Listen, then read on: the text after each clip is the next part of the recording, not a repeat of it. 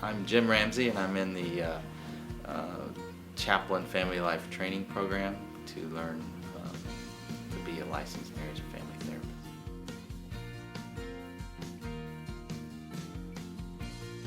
Solution-focused therapy focuses on assisting a client in a shift of thinking from a problem-centered approach to really solution-focused thinking.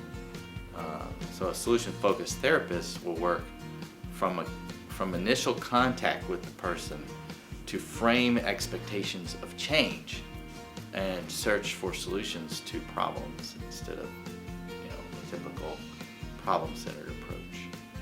So a solution-focused therapist begins with a mindset that, counter to a system of labeling or categorizing people's problems, or a past or the present, it moves forward in dialogue with the client and through doing certain tasks that help the client to discover for themselves what their solution and goals are for moving forward.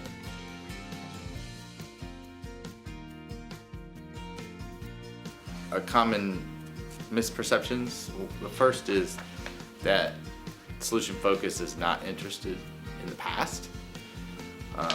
That you could answer that as both a yes and a no. Solution-focused therapists are incredibly interested in the past as far as what are the exceptions to the current problem. In other words, what has worked well for the client in the past? What are some ways that they were able to deal with the situation, the particular situation they're involved in, or other situations that may have been, may have some current application to what they're dealing with.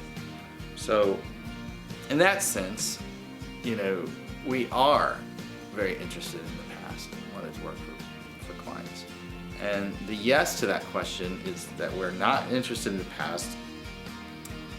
The answer yes, because the concern is not so much on the problems of the past or what pathology is there or what has happened to them to get them to this point, but because it doesn't really inform our present or our future of where we're going with the client.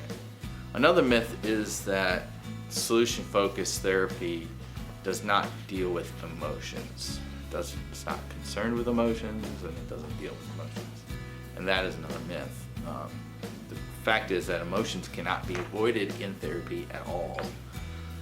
And while solution-focused does not view the expression of emotion as a curative model in and of itself, instead emotions are used by a solution-focused therapist as cues or clues to what works for them and what direction maybe the client might want to go in their treatment. So we are concerned about emotions as human beings, and we're concerned about what works well for them in moving them forward.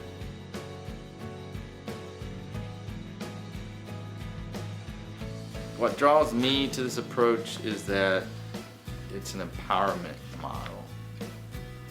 The client is not someone who's helpless, getting help from a professional fixer of any type. The client is getting a minimal amount of assistance in discovering his or her own goals to therapy and for handling their problems. So this model is very hopeful and believes in the power of the client to discover the way ahead. And so the therapist is only a guide whose goal is to work themselves out of their lives. So that's what I like this approach.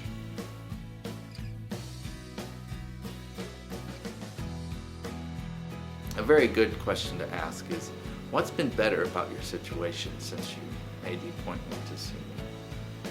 So already you're seeing that mindset, that philosophy of the solution-focused therapist, thinking about change and orienting the client by the question to think about, well, what has been better?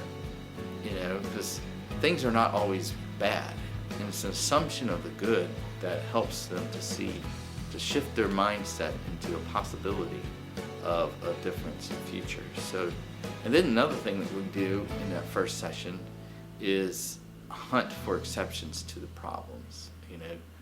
Tell me about a time when this was not a problem. Tell me, or how have you been able to live with this problem for as long as you've lived with it? What are some ways that you've been able to manage up to this point? How are you able to cope? How are you able to make it here today? All kinds of questions like that orient the client away from thinking about the dire circumstance and into the potential for what is good and what is possible. And then another thing that we do is a scaling question. And this is very important in the first session because it gives you a sense of what their level of distress is. Or you could frame it many different ways. You don't have to just use a scale for their level of distress, although that's the first thing we want to do, to being able to determine has there been a change in subsequent sessions. And sometimes that change will occur even in the middle of the first session. Just having the ability to talk and just discuss and have a dialogue with someone about and to say things out loud that's been going on in their head helps them to come to a solution and really reduces their amount of distress about a given situation.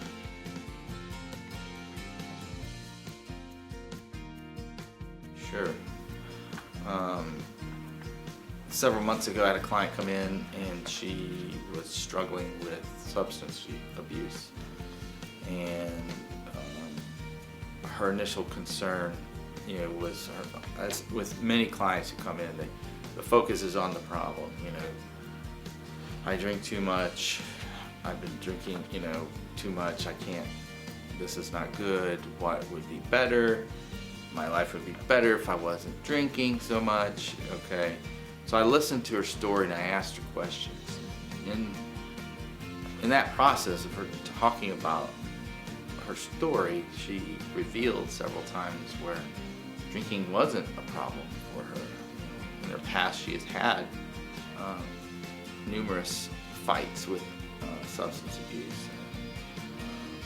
But in her story as well is numerous successes of battling against substance abuse.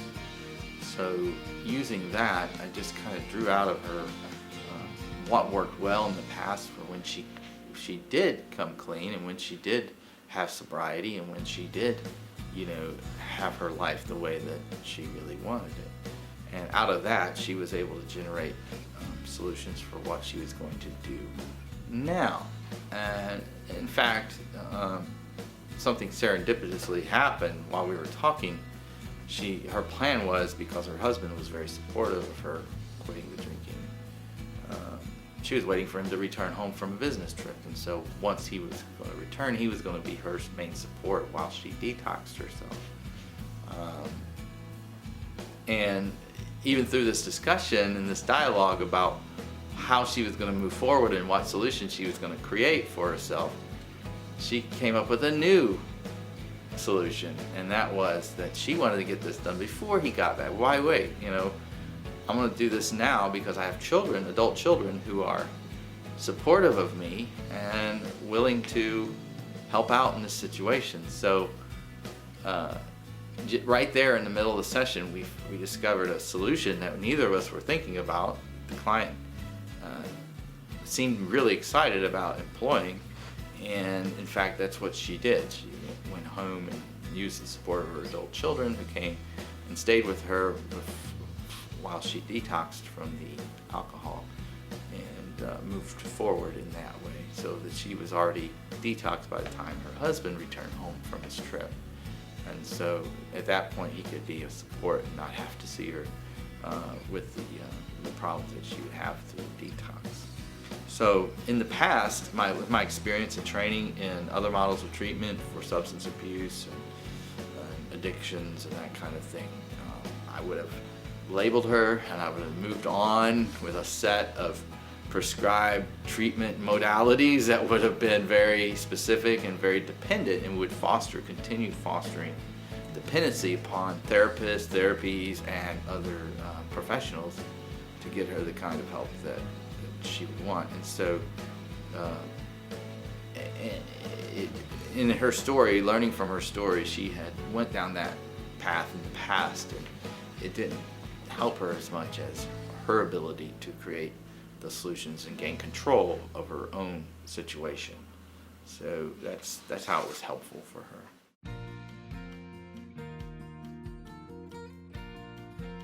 Solution-focused therapy is a treatment modality which it tends to aid the client in the discovery of their own solutions to their problems and empowers the client to carry those solutions out in order to improve their own lives.